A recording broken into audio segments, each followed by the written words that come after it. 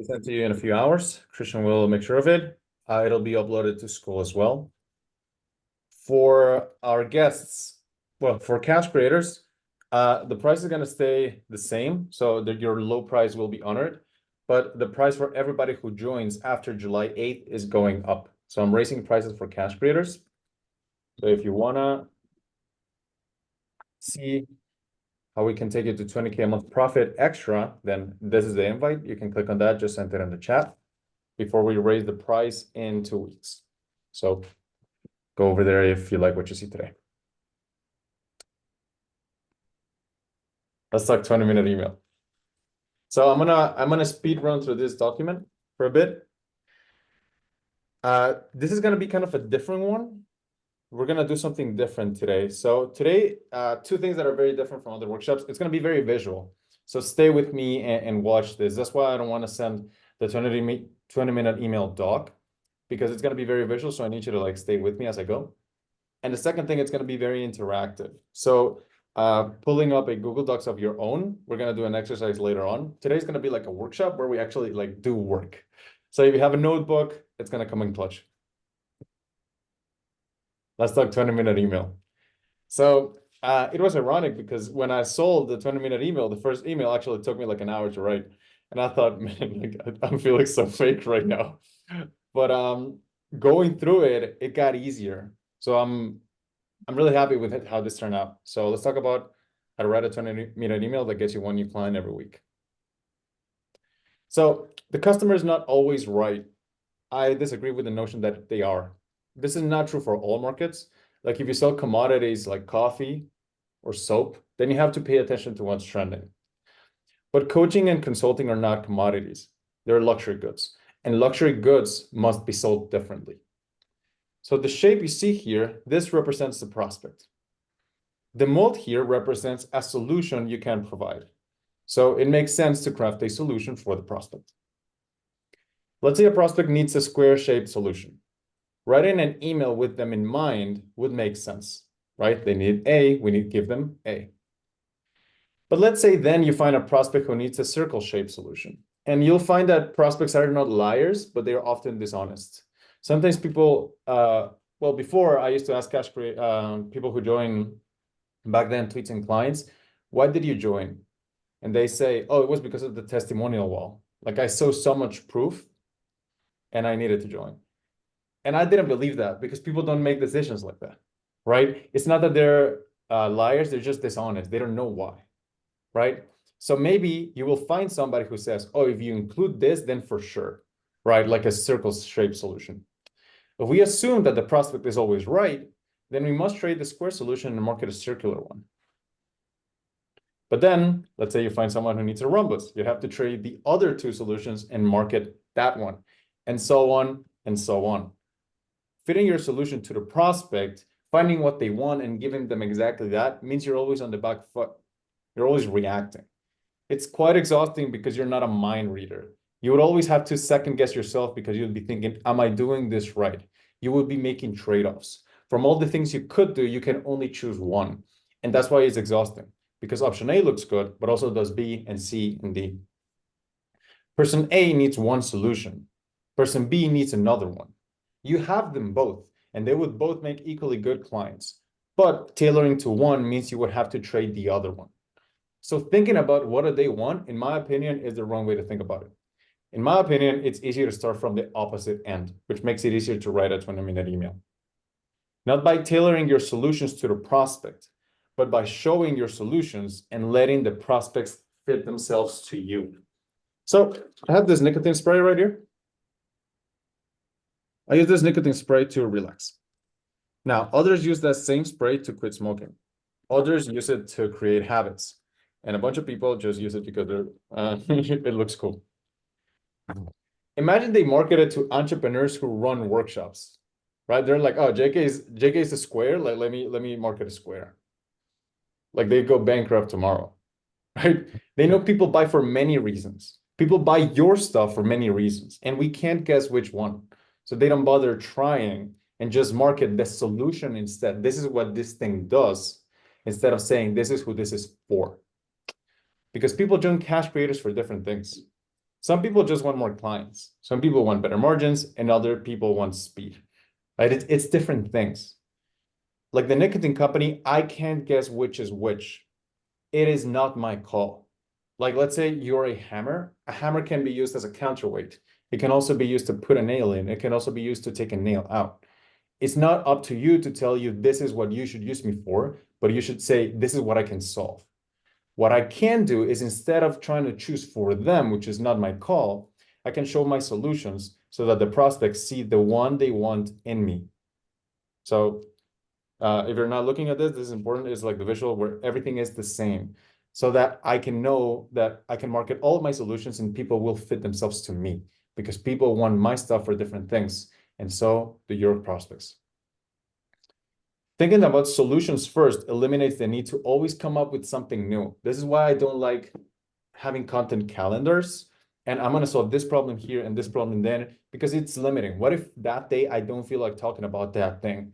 Then a 20-minute email either turns into a no email or a 90-minute email. And then I don't enjoy it. And then when I don't enjoy it, the audience doesn't as well either. So thinking about solutions first, eliminate the need to always come up with something new. You don't have to reinvent the wheel or stick to a content calendar.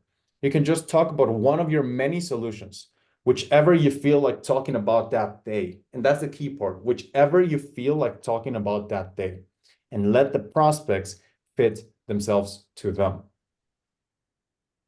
Below, you'll find 3 emails that got clients. So watch this with me.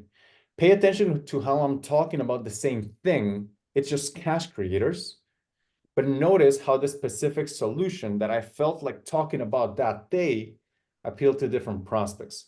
So I'm always selling the same thing, but I'm willing to find sub-shapes inside my mold that people will fit themselves into. So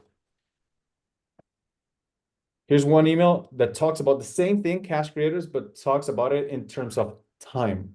So it's an email about me and my girl. We needed to do a few blood tests in the morning, but we were in a crunch because I couldn't get an appointment earlier. So what I had to do is put in a quick workday of 41 minutes, and I took the picture, 41 minutes.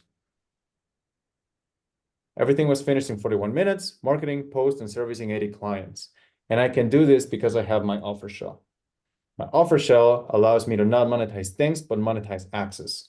I offer limited access and limited pricing, but I offer closer access at higher pricing. Price shifts accordingly. The offer shell allows you to have the best of both worlds, lots of cash and lots of blank space. It's how I run an 80,000 business in less than 3 hours a day, and in this case, 41 minutes. P.S. Reply if you want to craft your offer shell together.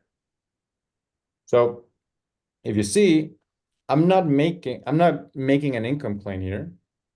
I'm just saying we're going to craft your offer shell because this is just simply one of the solutions I provide.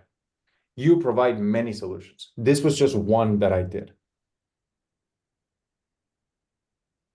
Let's say that day I felt like talking about margins. And these are easy to me because I just think about what do I want to talk about today. I'm going to give you the keys and pieces on how to do it, but stay with me here to see how this is the same thing, but I'm offering a different sub solution. The model with 95.4% profit margins. Last year, my model needed 15 people to run. Then it's just me and Christian. Using this model allowed me to go from 30 profit margins to 95, from 15-person team to just 1 VA, and from 12-hour workdays to 3. It's called the cash creator model, explained below. Whale bait attracts whales, email sales machine turns them into leads, workshop funnel turns them into customers, Google Doc templates turn them into clients without sales calls, and offer shells upsell them. All with boundaries and clients that allow you to grow it in less than 4 hours a day. My costs are 2K. The profit for last month was 107.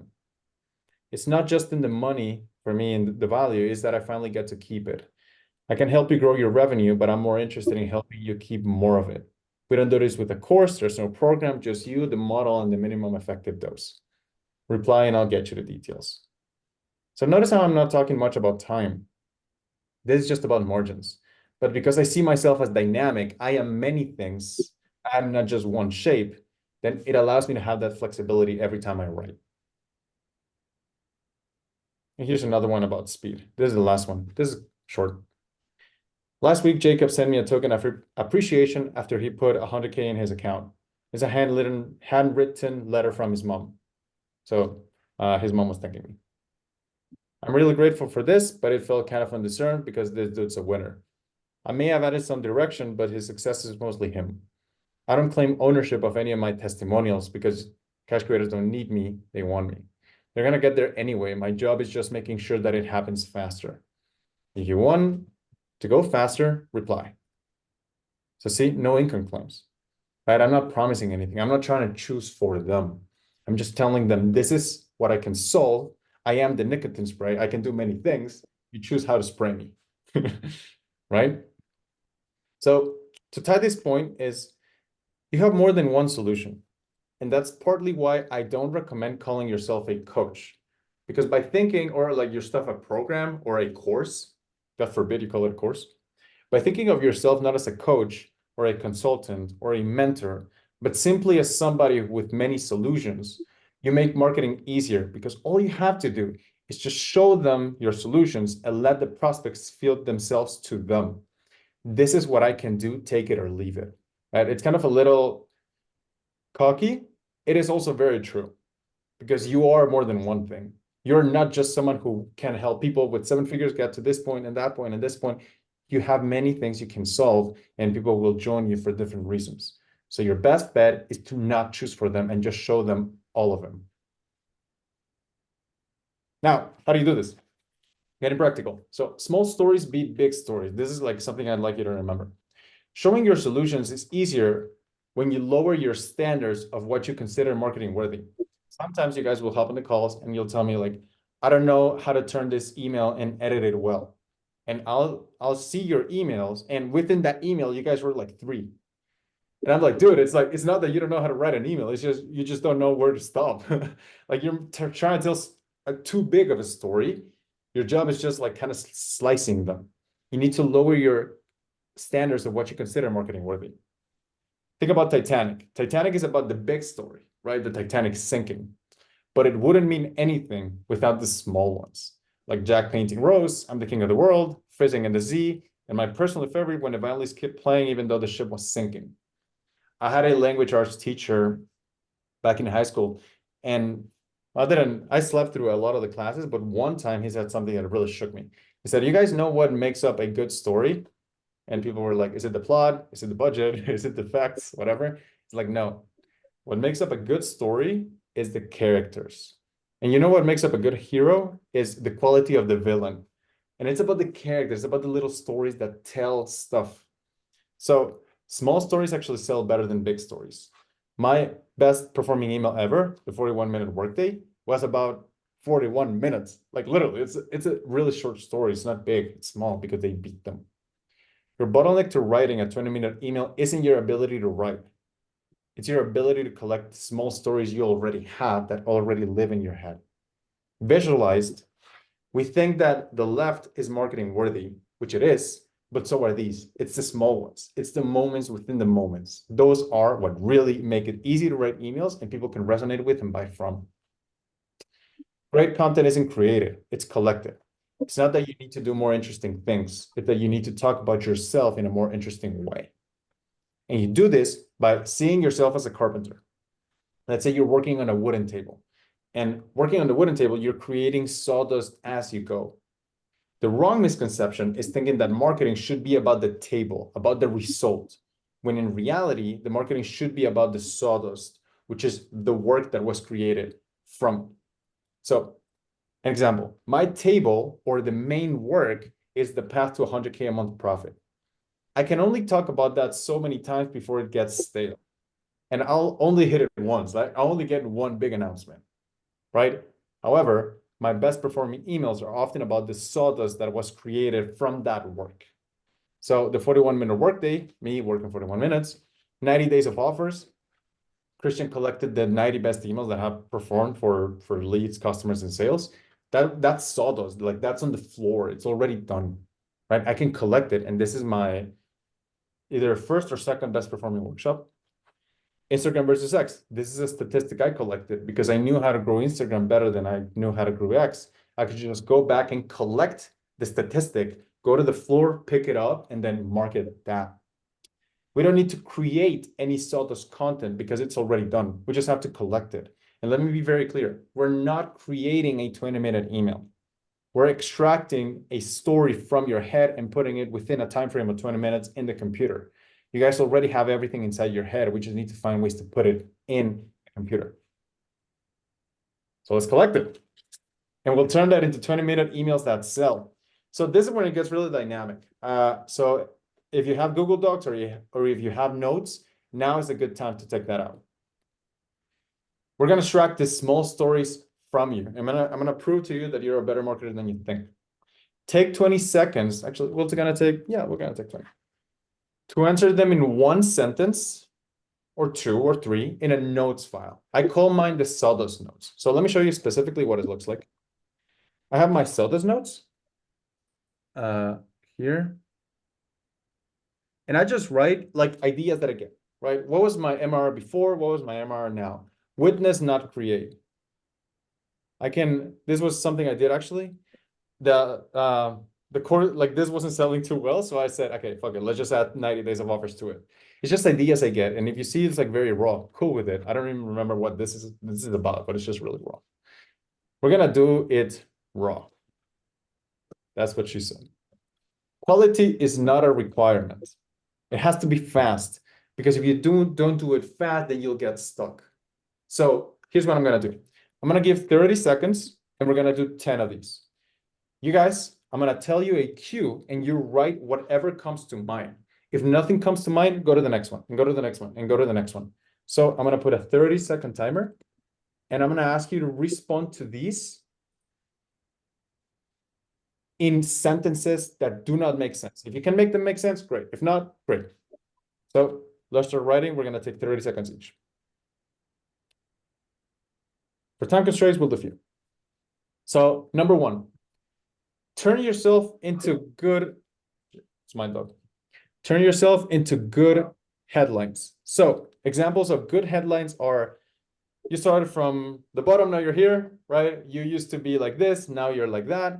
You made this much money last month, you made this much money last year. This is who you were, this is who you are now. This is something that people think is interesting, that's amazing about you. Turn yourself into good headlines.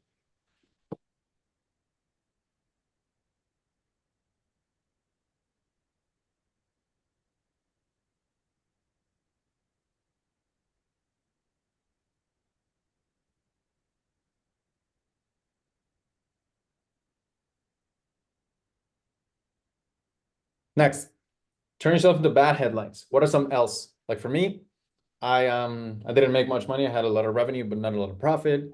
I don't know, I had to fire my team. I lost a few clients, and then I don't know, my engagement kind of sucks. Turn yourself into bad headlines.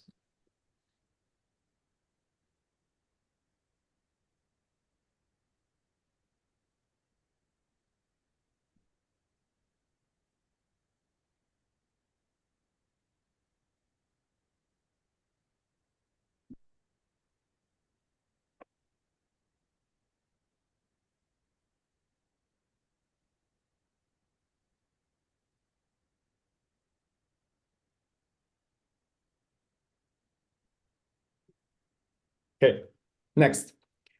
What's one problem you solved last week? One problem related to your niche or a client or yourself that you solved last week, just one. If you have more, write more, but this is just one required now.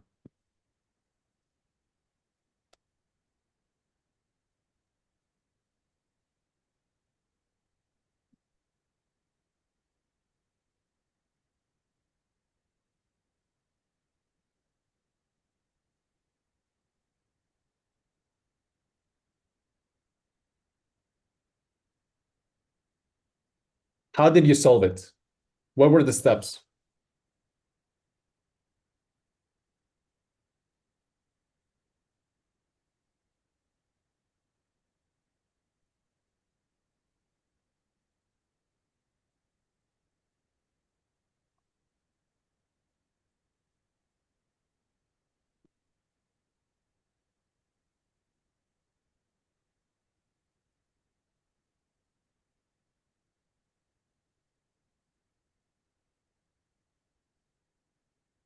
What is one problem you already solved or you are going to solve today?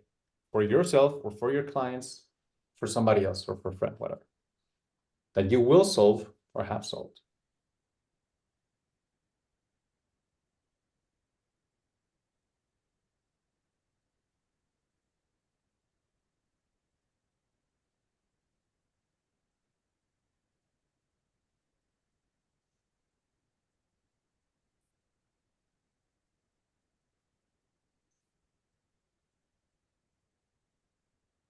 How will you solve it? What are the steps you're going to take?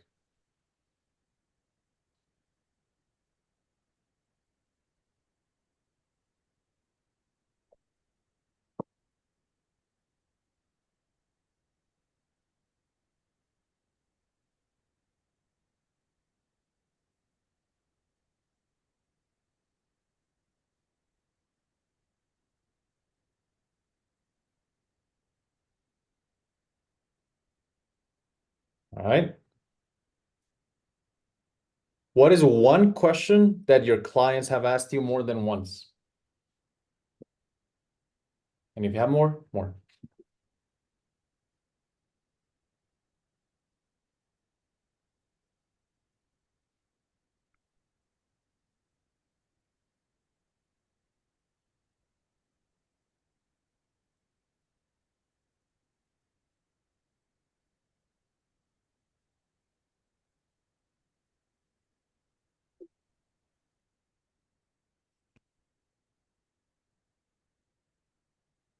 What content have you thought about creating, but you haven't got around to it? Sometimes I see the visualized stuff and I want to do the visualized stuff. Sometimes I see a thread of threads and I think about that.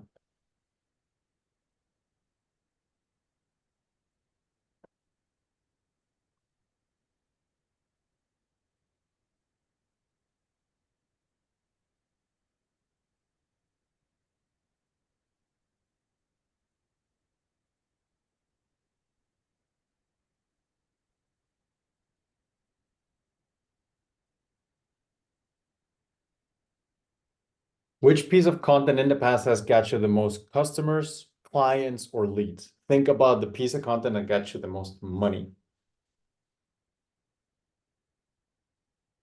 or any money.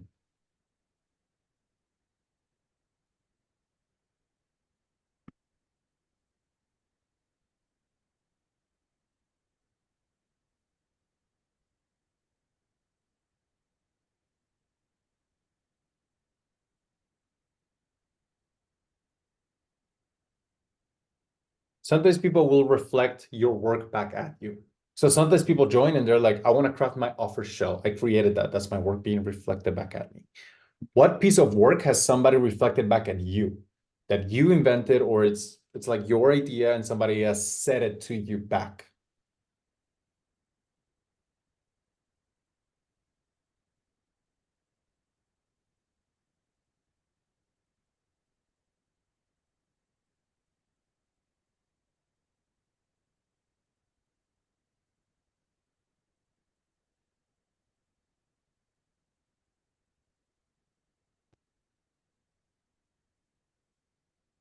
Which assets do you have that could be sold or templatized? Think if you have a collection of like a swipe file, if you have maybe you made offers, like I created the 90 days of offers, so you could just put them all together. You have workout plans and you can put them all together. What things could you bundle and templatize and give them in a swipe file, in a template, in a little thingy that feels like candy?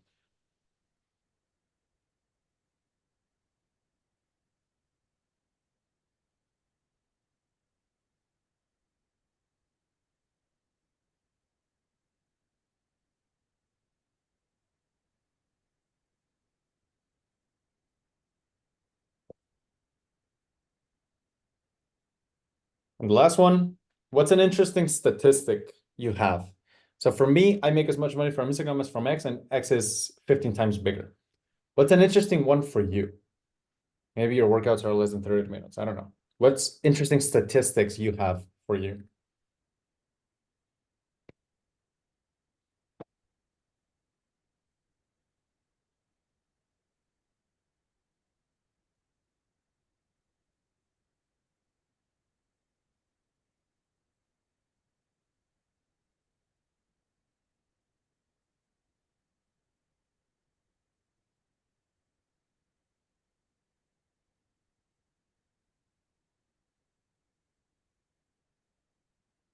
All right, cool. So we're gonna use this later on. Can you please type in the chat one of them? So you had one and you're like, oh, this one looks like kind of cool. Just type it in the chat. I'm gonna use it later, uh, if you will. Well, you Control C and Control V. One quick thing. These are 50 pieces of sawdust. We went through like 7 or 8, but I've included like 50 here. So this, we can't go through all 50, right? There's no time. But these are designs so you can look at them and they will inspire ideas in you. It's like, what sub-asset could be templatized? What work can you put in a SWI file? What are your clients overthinking? What could you record? What work is already done? What does your newer audience not know about you? What's one thing you disagree? What are some things you're wrong about? What's your code? What's your goal? What's the update? What are some liabilities that could be turned into assets? These are something that these are ideas that I haven't verbalized, but I think about that often so that I can turn and create content.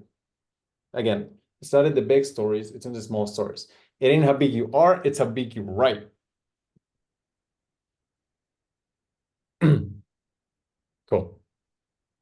You can add more if you like. This is going to be included in the doc. Now, writing. So writing is a complicated thing for me to explain because I'm very logical. I can think in lines, right? Art is emotional. It's based on color.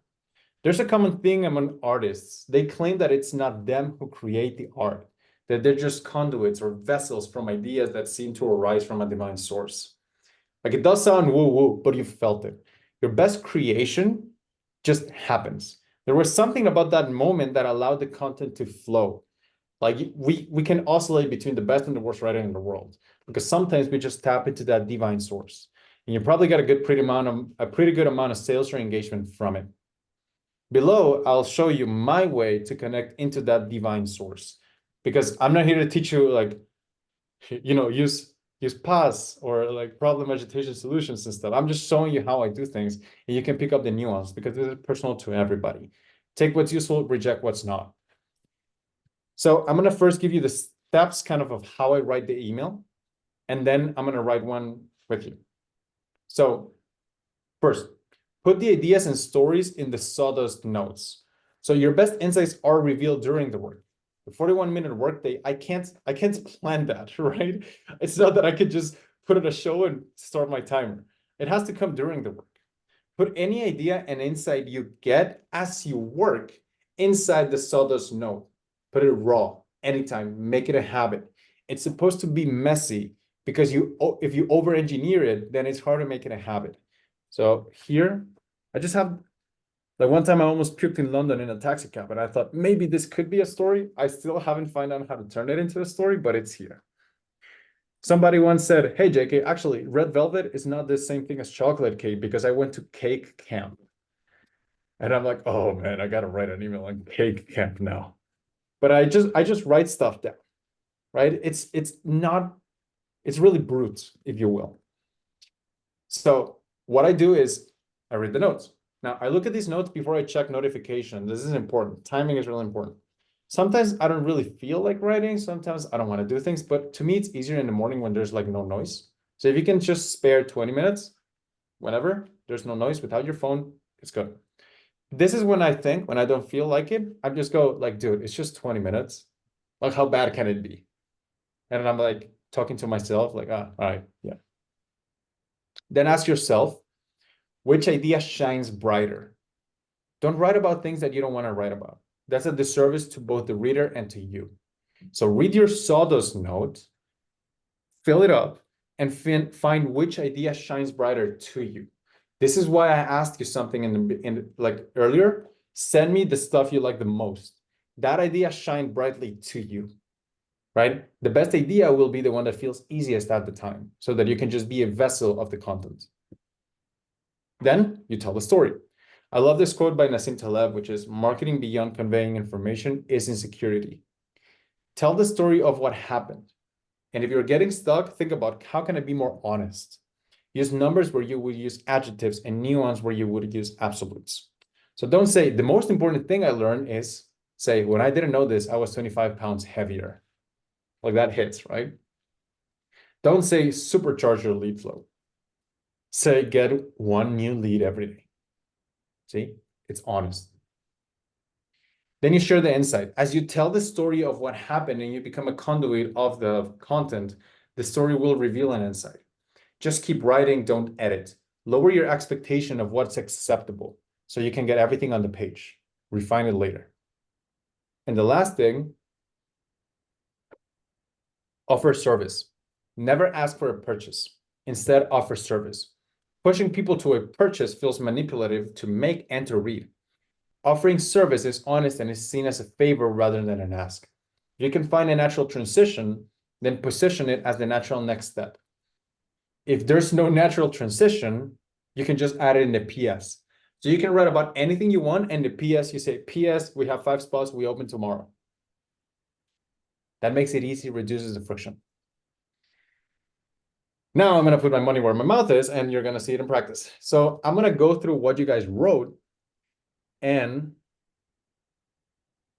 I'm going to see what idea shines brightly to me. This is not planned. You can choose to believe me or not, but I'm going to see.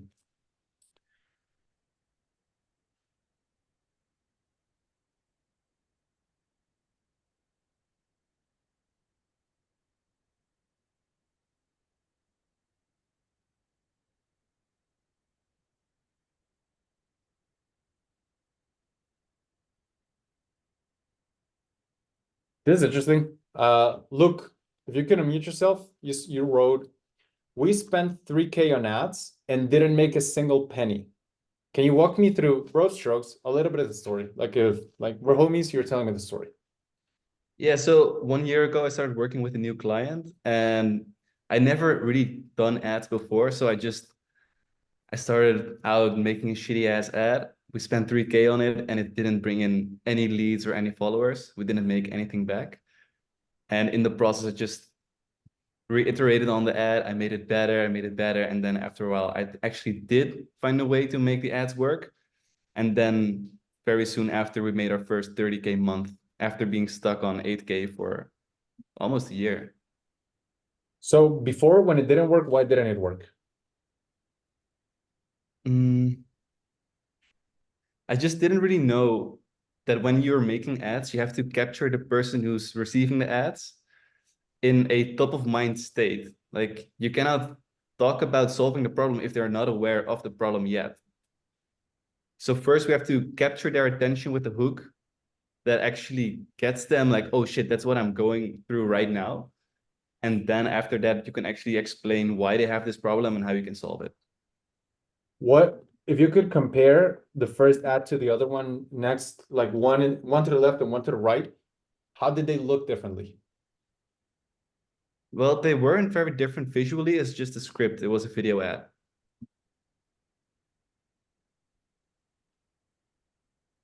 Can you give me some ideas of, like for myself, of what the first one that didn't work said and what the one that did work said?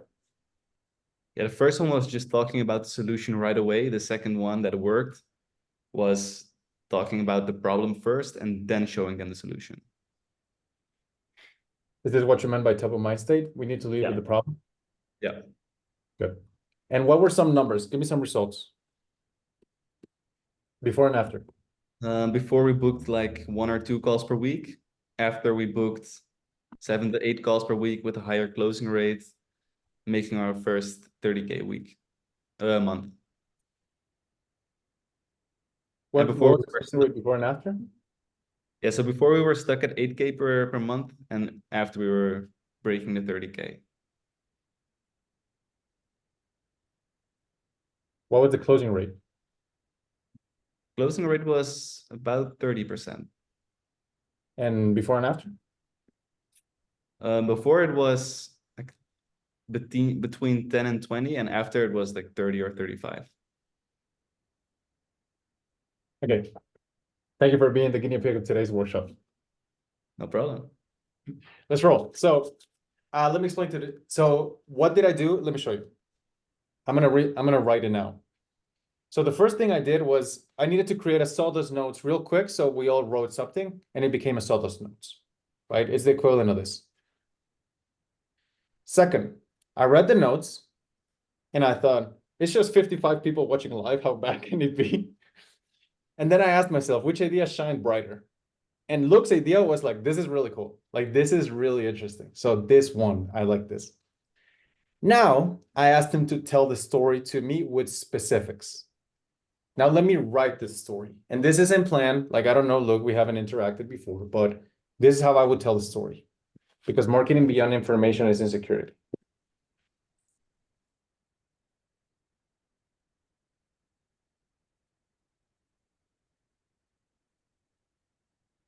By the way, I write here on Sublime Text. This is a code editor. It was designed for programmers, but it doesn't correct me when I make a mistake, which is why I like it. So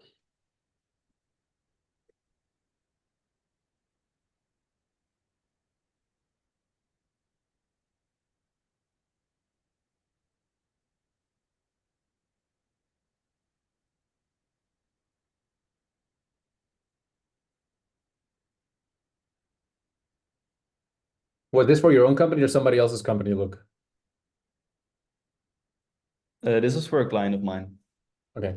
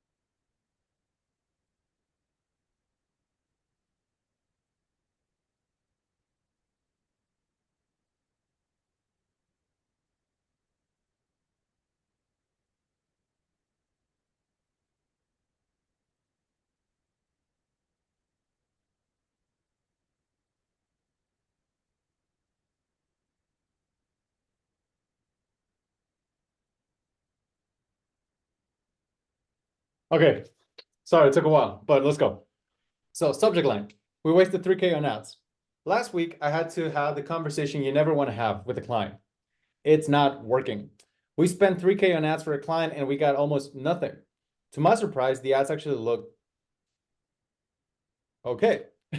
They had the visuals, they had the tempo and flashiness, but they lacked something that is obvious now, but was the key in hindsight. The TOM state. The TOM state stands for top of mind state. Most people log into social media to bury all their feelings deep within. They may be anxious or sad or just bored, and they go into social media to relieve those thoughts and put them away. The key isn't in making the coolest ad or having the best visuals. It's in intercepting that conversation that they're putting away and bringing it to the light. But what does this look like tactically? Instead of leading with their solution, we lead them with a problem. Instead of pushing with an ad, we pull them into what they were already thinking. And instead of focusing on the visuals, we focus on the human. Interestingly enough, the ads look pretty much the same visually. It's the text that changed, not much else. Results before 1 to 2 calls a month, 8K a month, lots of unpleasant combos. After 1 call a day, 30K a month, closing rate of 32%. The key to making these ads work was not in focusing on the ad, but focusing on the human and intercepting the convo that they're putting away. We do this inside XYZ company. We get clear on the one problem you can solve first. Then we validate it by getting your first 3 leads with Tom ads. Then we scale it to 3 leads a day, and then we end with creating your sales pitch for you so you can close 30 of them on a call. DM me Tom to get started. So what did I do here? I kept telling the story. I don't know Tom. Don't worry, your name's not Tom, it's just Tom. I don't know you, right? But I just told the story you told me, but I told it honestly. And as I went through it, the idea revealed, the insight revealed itself to me. It was not about leading with with a solution, but intercepting the person's thought as it went. Is this true or not? I don't know, but you get the point, right? And then I didn't say book a call. I offered service. If you want to intercept those thoughts too, so you can grow, this is the steps. 1, 2, 3, DM me to get started. So I'm just telling the story as I go. And I make it now fast because I have a lot of practice. But honestly, what I tell cash creators here, when I edit their emails, they're like, dude, like, how did you do that? Like, thank you. And I go with, you would do the exact same thing for me. Because when you just are in it, you're in it. When you have your sawdust files and an idea shines bright to you, you're Hemingway. You know exactly what to do, right? So this is why I really recommend talk about whatever you feel like talking about, don't force it. And you do this by always having your sawdust file next to you.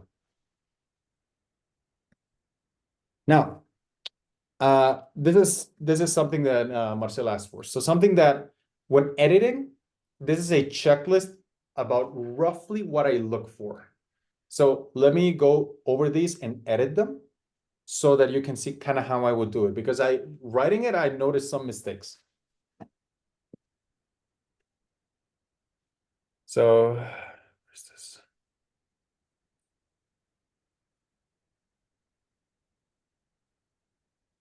Okay. Is it about one thing? I noticed that that was a mistake when I was reading this because it is about Tom ads, but it is also about something that I shouldn't have included, which was this. Instead of leading with our solution, we led with the problem. And at no point before did I mention that when we're talking about a problem, I was talking about Tom ads. So I made a big jump. And this is something that could be deleted, right? So for me, is it about one thing? Roughly, yes. But two, have I removed information that doesn't add to the one thing? Yes, I can delete this, right? So let me make a parentheses. So you see it, it's here, right? Now, this is important. 3, have I given insight, not value? Show the answer, but don't walk them through it. I gave value here. And if you know a little bit of how I do things, I don't give value for free. I only give insight for free. So for me, this is giving value. Instead of leading with our solution, we'd led with a problem. This is a mistake because then gets people, dude, let's change our ads to make them problem-based, right? So I would delete this. And honestly, you can delete this and it still makes sense.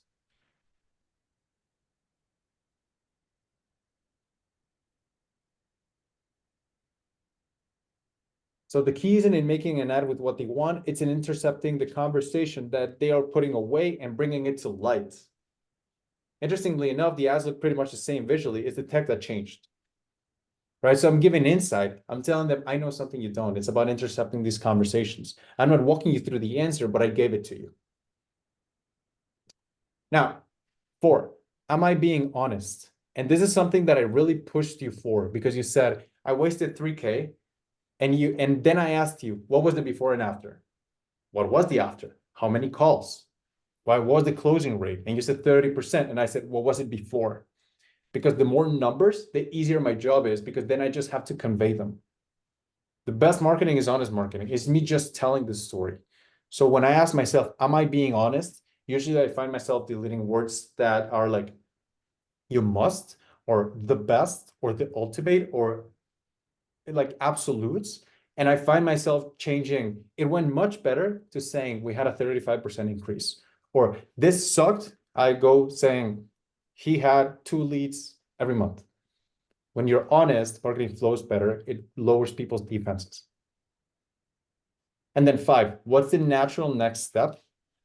Well, in this case, I found a natural next step, which is if you want the Tom templates, you could call it that, dude, the Tom templates workshop. So this is why during the Tom templates workshop, I'm going to show you the 20 ads that have intercepted the person's Tom conversations so you can swipe them for yourself. So the natural step is natural. The next step is natural. I'm just offering service. Now, imagine I wouldn't have that. Imagine that I wouldn't have a transition and a natural next step. All I could do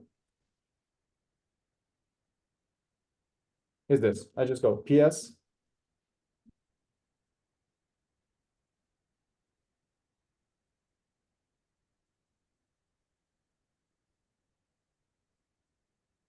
That's it. X spots left, right?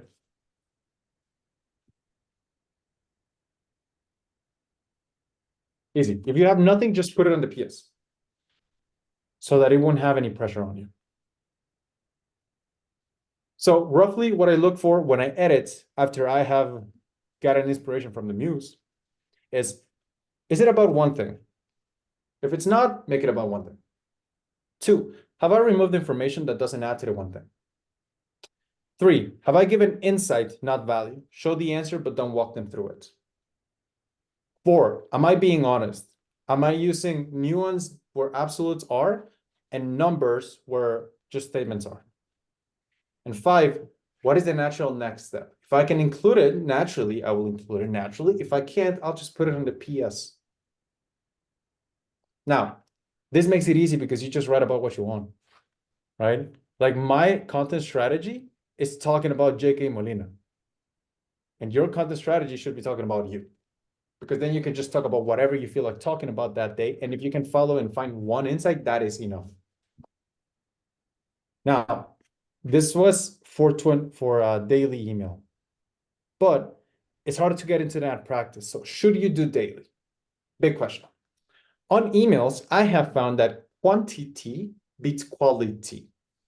Let's say you send 7 emails. Your ideal a week. Your ideal client will only read 3 of them. Yet that's still 300% more exposure than a weekly newsletter, which by the way, they may not read. People who send a weekly newsletter can 3 to 7x their business by just making it a daily newsletter. Now, consistency beats quantity though. That's the GOAT. If you can't do a daily email, commit to something else, but commit. Once a week for 1 year is better than once a day for a month. So just commit to something you can do, right? Complementary reading for this, Atomic Habits. So where to go from here? For 90 swipeable emails from me, you can go to 90 days of offers, which I forgot to include in the doc, but I will include it right now. If you have an unresponsive audience, and you have the audience, but they're just not buying anything, but you know that they deserve more than for where it's at, the workshop funnel is the best place to go. And if your audience responds, but they don't buy, like you have engagement, they just don't give you money, audience respect is where you should go. So let me include the 90 days of offers because I forgot. You can find these in the school calendar. And if you want to get workshops like these twice a month, then you can join Cash Creators, and together you can add 20K a month for your profits, but I'm raising the price in July. Let's go with some questions.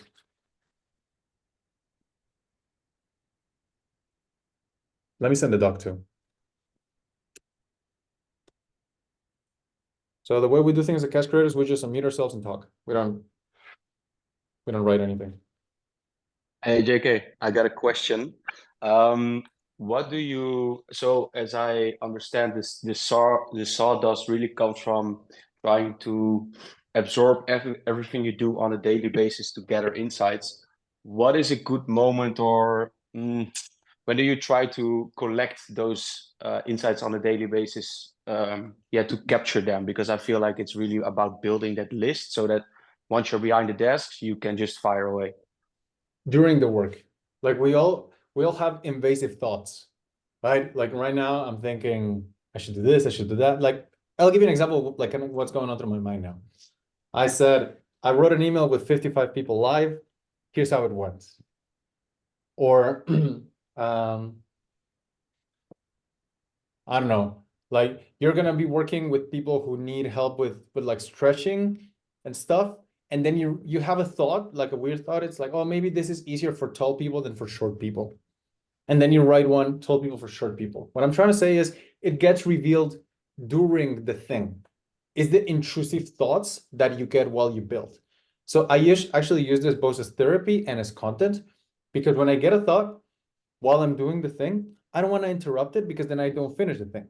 So what I do is I put it on the Sotos notes file, I put it away, and it allows me to keep doing. So while you create, that is when you do it. And whenever you have an idea, you can just type it during walks, doing that kind of stuff.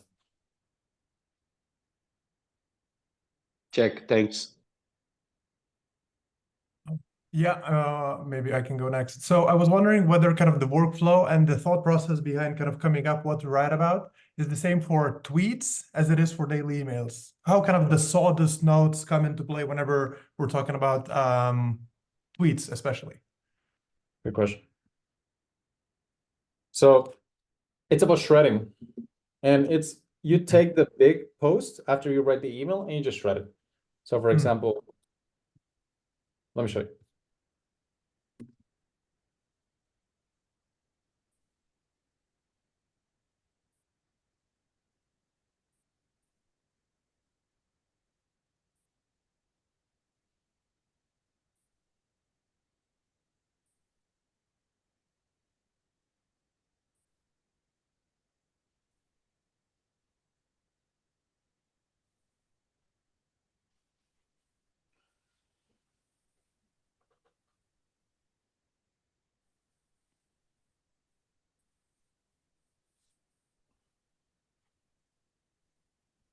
So this is an example of one, right? You write the big one and then you shred it.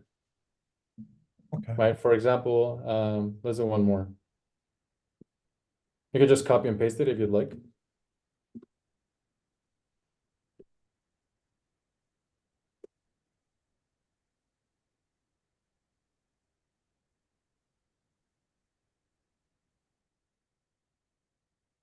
And then you can include a screenshot of the before and after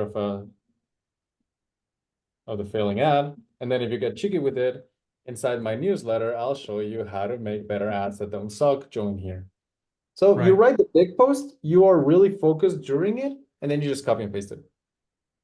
So kind of the workflow is to write the email and then kind of extract the tweets out of the email, and that's your kind of daily basically routine to always go the email first and then extract tweets, or does it ever kind of go inside out? No, I go based a lot on feel. So for me, maybe I'll write 2 emails in a day, and next day I'll both shred them and edit them. So what I usually like to do is I like to write the emails. And when Christian tells me, JK, we don't have any more posts, I'll just go back and shred all of them in one day. Right. Okay. And kind of to not take over the conversation, but then you also mentioned that Instagram works better than Twitter. That's very kind of surprising to hear. So how Instagram fit into this workflow as well? It doesn't work better than Twitter. Oh, okay. For me, Maybe. right? Everybody's different. But how does it feed into that workflow? This Yeah. becomes a big post. I copy and paste it without the call to action. Right. And this becomes the stories. Okay. Got it. Thank you. Hey, JK. So when you were asking Luke the questions earlier to start the writing, I know you hate frameworks, but the questions you asked were very specific and they almost seemed in order. And I know that might be experience, but is there like a framework for like the questions you asked when you gathered that so that you could make the actual email? The framework was, what do I want to write about? Like, not really. It's just collect the things you do during the work.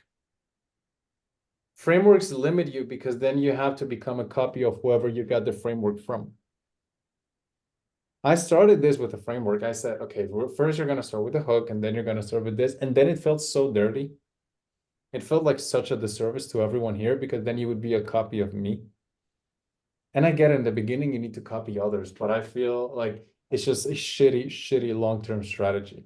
So there is no framework, except you cannot look at the future. You can only look at the past and find something that you want to talk about from it.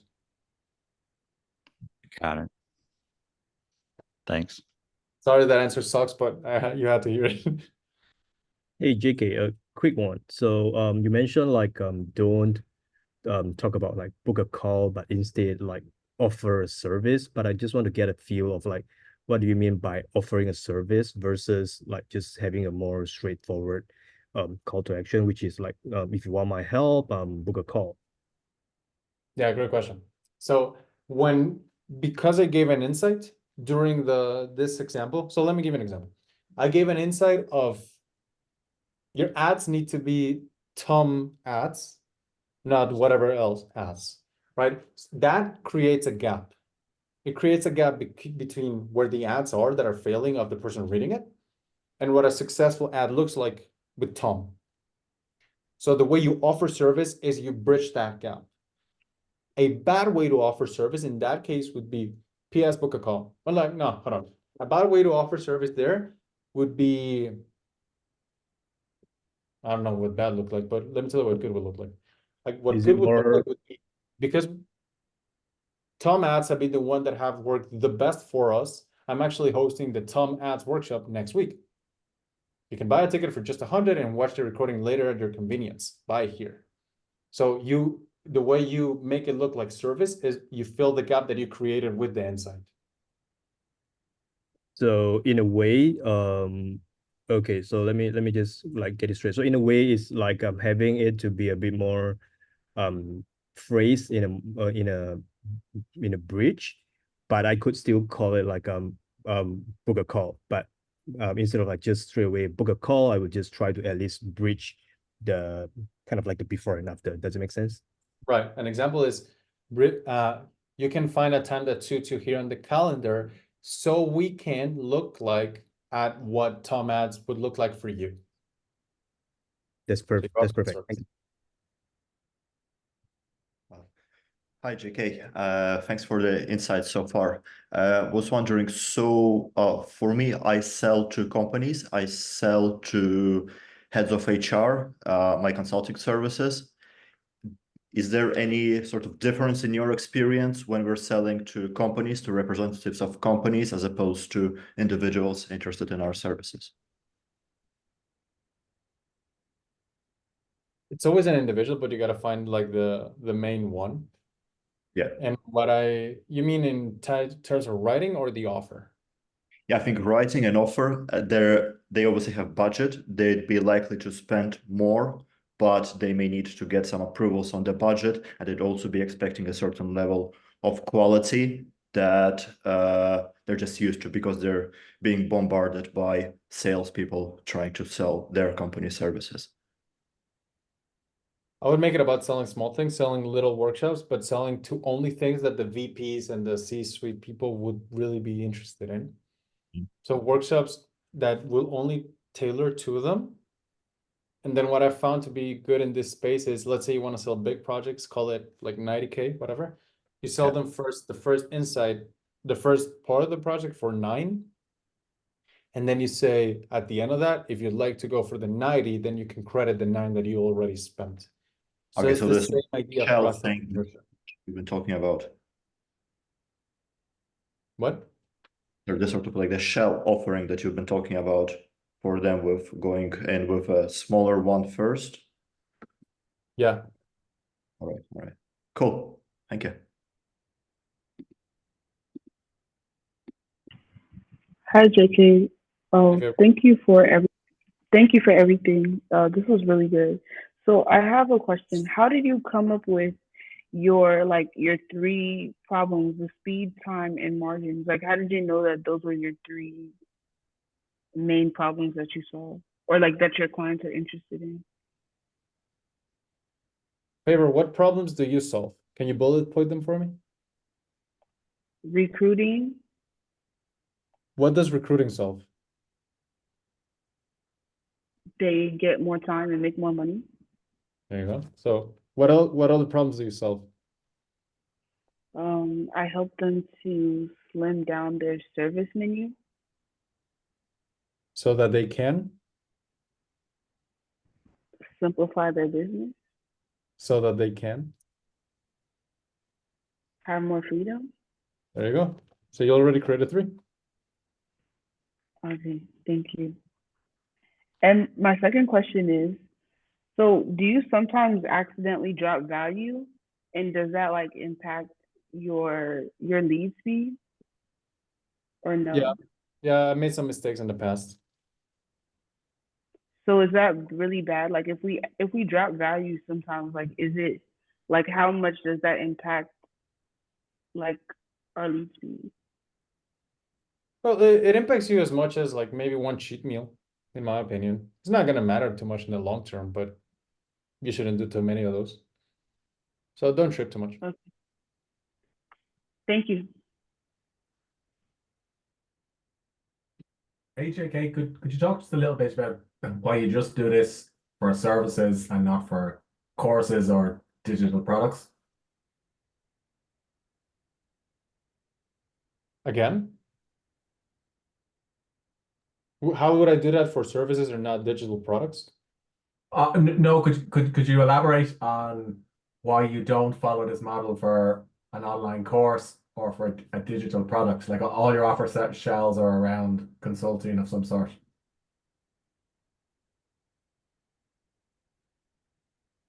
Wait, so what do I do and what do I not do? So all of your call to actions or PSs are to purchase the workshop and then ascend to work with you as a type of consultant or a coach of some sort. But you don't really sell a digital product directly like an online course.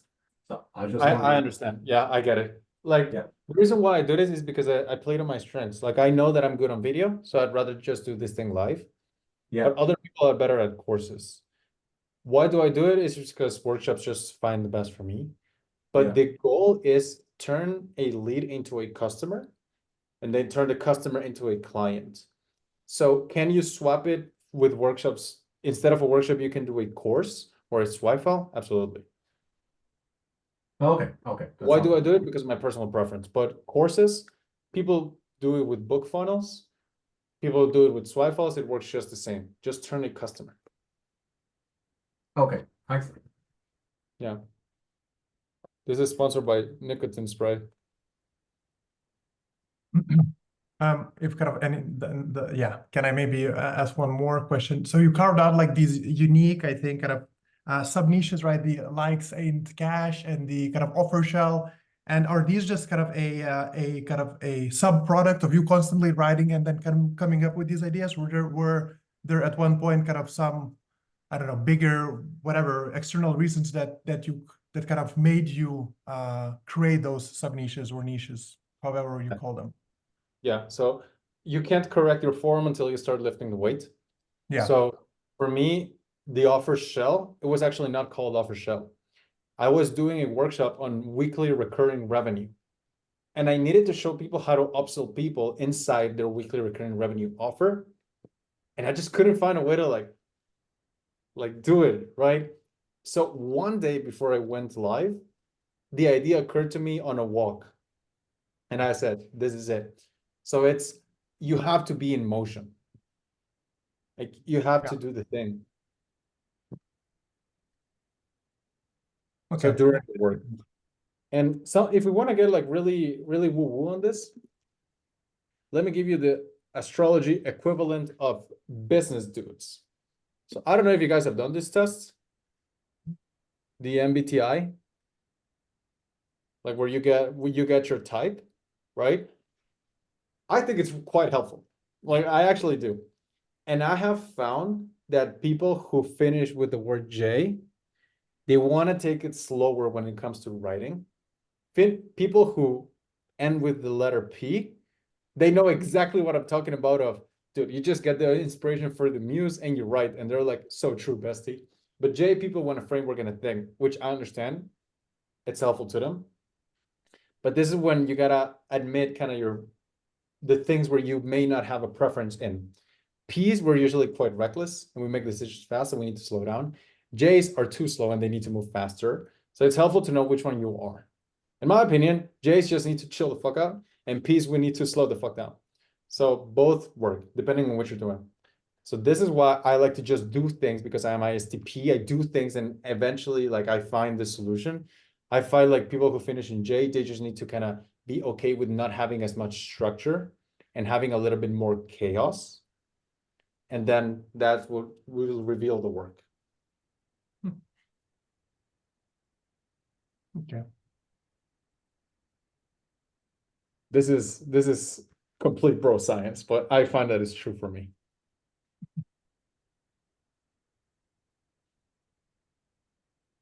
Hey JK, thanks for that. I just had a quick question about, because I know sometimes you have emails that are more promotional, like there's like for example, like you'll say like your invitation here or like 7 hours remaining. Like how do you think about those emails and versus your insight emails with the promo with like the call to action at the bottom? Like when do you choose one over the other? I will do the workshop template in the first and last campaign of every workshop. I will do the Google Doc, copy and paste it into an email every time I open doors. And I will do a hand raiser maybe every 2 weeks or a month. Those are mostly the promotional ones. Okay. Want me to repeat? Yeah, you just say it again. So the workshop template, which is the people who have gone through this are these people, and when is it and whatnot. You know that template? Yeah. Yeah, so that one I posted on every first and last day of the campaign. Okay. So minimum a 7-day campaign. My Google Doc, copy and paste it into email once a month when I open doors. Okay. And hand raisers. Hey, I'm doing this. Would you like my help? 1 or 2 times a month. Okay. And then every time, everything else is like what you just described in this workshop, like the insight and then call to action. Yeah, it's mostly that. Okay. Cool. So you could Thank say you. that 4 emails a month are templated. Everything else is insight based. Okay. Awesome. Thanks. Cool. Quick question. Where can I access the template files? It's inside oh, the template is inside Cash Creators, but the 90 days of offers is inside the doc I sent you earlier. I didn't receive it. Is there any way I can access it? You can go to the chat where it says doc.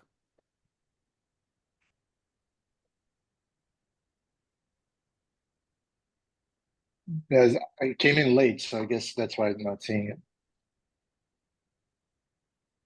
Here. Thank you, man. Appreciate it. Cool.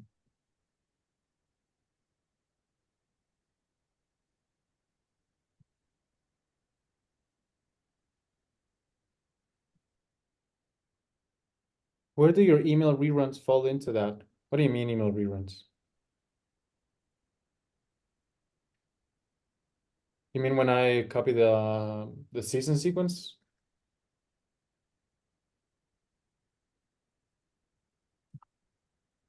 The emails you reuse. I put them inside the automated sequence. So when I have an email every month, every end of month, Christian sends me the emails that have got clients. I find the ones that I think are pretty solid and I add it to the automated sequence.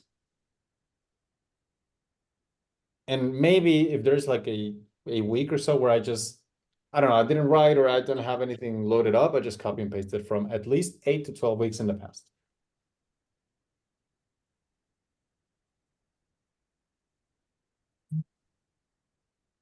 Here you go, one.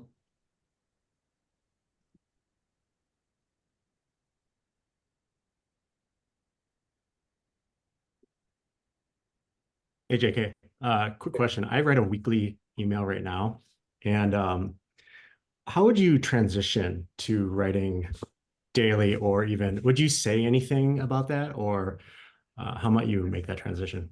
Oh, that's a great question. Ah, man, I wished I included that on the workshop. So you make it about them. People hate having things taken away. Like now the weekly newsletter is gone. You don't need to say that. What you can say is play the good card. So, folks, listen, I apologize. I've been working on this stuff for so long, and I've been collecting so much stuff, but I'm just keeping it in a hard drive that I'm not doing anything with. So what I want to do is I want to use this and put it into practice so I can help you more because I just have so much content and so much more to give you. So from now on, I'm going to be sending you a daily insight so you can outcome and I can share this more with you. So that way you're the good guy. That's killer. Thanks.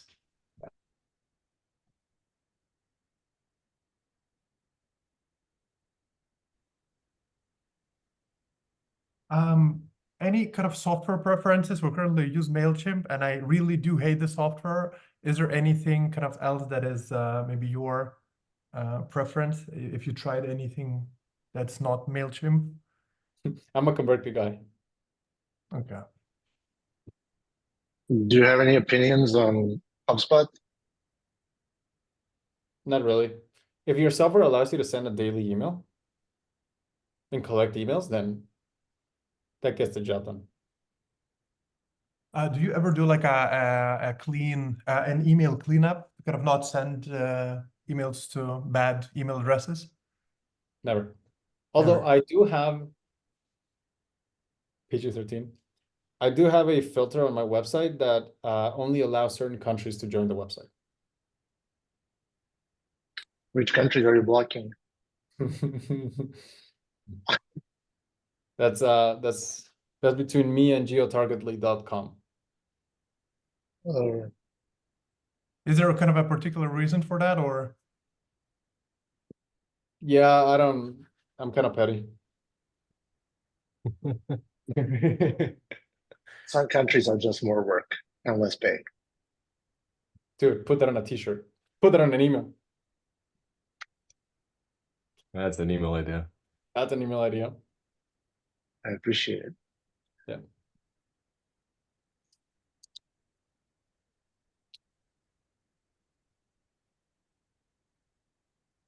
Oh yeah, are you able to share like your average open rates? And I know you don't include a lot of like links, so probably not click-through rates, but yeah, just curious about your open rates. 25 to 30% on a total list.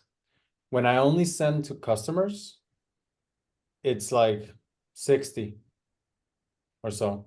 Because it like a customer is worth 50 leads, in my opinion. Yeah, thanks for sharing.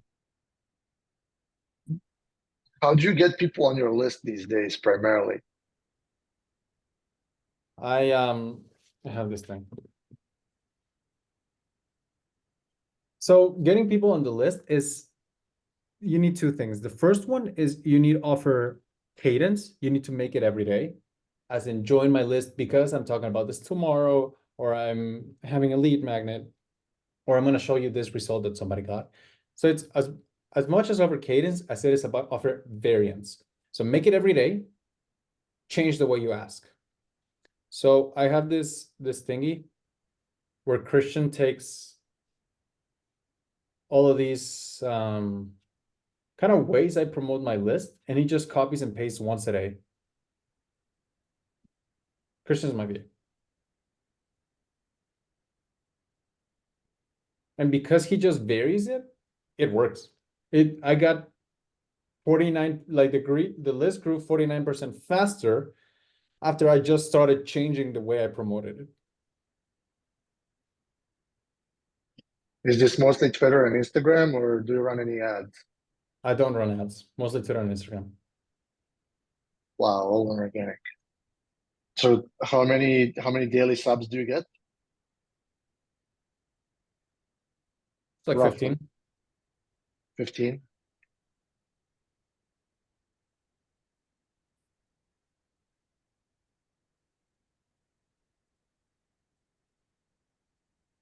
Do you categorize tag people on emails, or how have they interacted? I don't. Actually, like cash creators still get my emails. They're in cash creators, and I'm like, join cash creators. But I mean, they haven't complained, so I won't stop it. If you want me to stop, I'll stop. But I don't. The only thing I differentiate is people who have bought a workshop and people who haven't. Because then, like, I need to send people who bought this workshop the link, right? I like getting them. Thanks, Jamie. I like sending them. We don't complain because we learn from them. I love you guys. You're the best. Man, your writing's fire. Like I read it as I'm writing my own, and I'm like, damn. Appreciate it.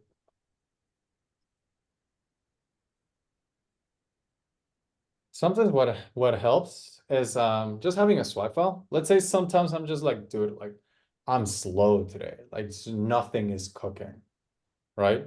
And what I'll do is I'll just plug in people, kind of just people I like reading. Like Ben Settle is a good example. And I'll read like 3-4 Ben Settle emails. And my grandma had a saying, he who walks in honey gets some honey stuck on him. So if you read good writing, you're more primed to do good writing. Okay, for some reason I never get the link even if after I buy the workshop. Strange. Yeah, that happens sometimes with ConvertKit. I think it's because at some point you unsubscribed, and then ConvertKit, like if I send you an email, ConvertKit sees it as a no. And if that's not the solution, then I'm sorry, I don't know. But Christian will make you can email me and Christian will send you this.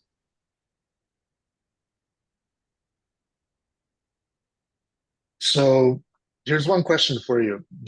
When earlier in your career, when you were starting writing out, like, did you ever get stuck in like, hey, you wrote the piece and you never hit publish?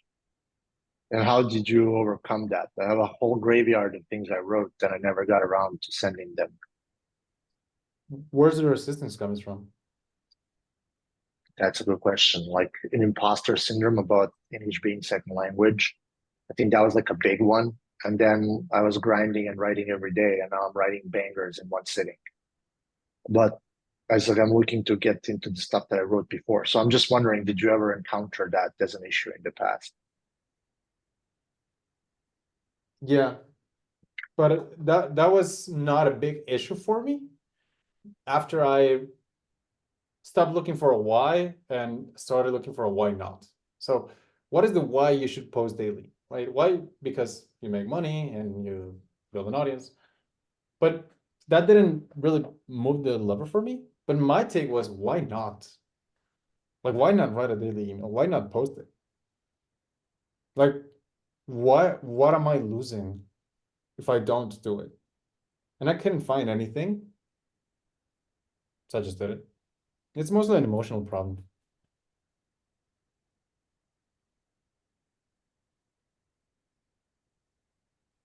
What may be the main mistake I'm making if my audience is unresponsive to my emails?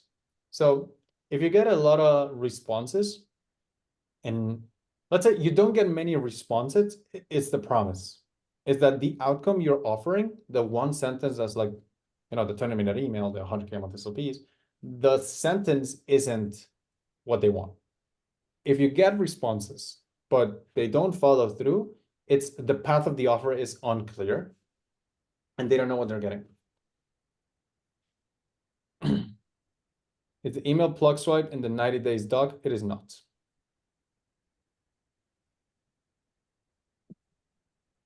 Pleasure favor. Where can we steal it? Inside Cash Creators. Here's the invite again.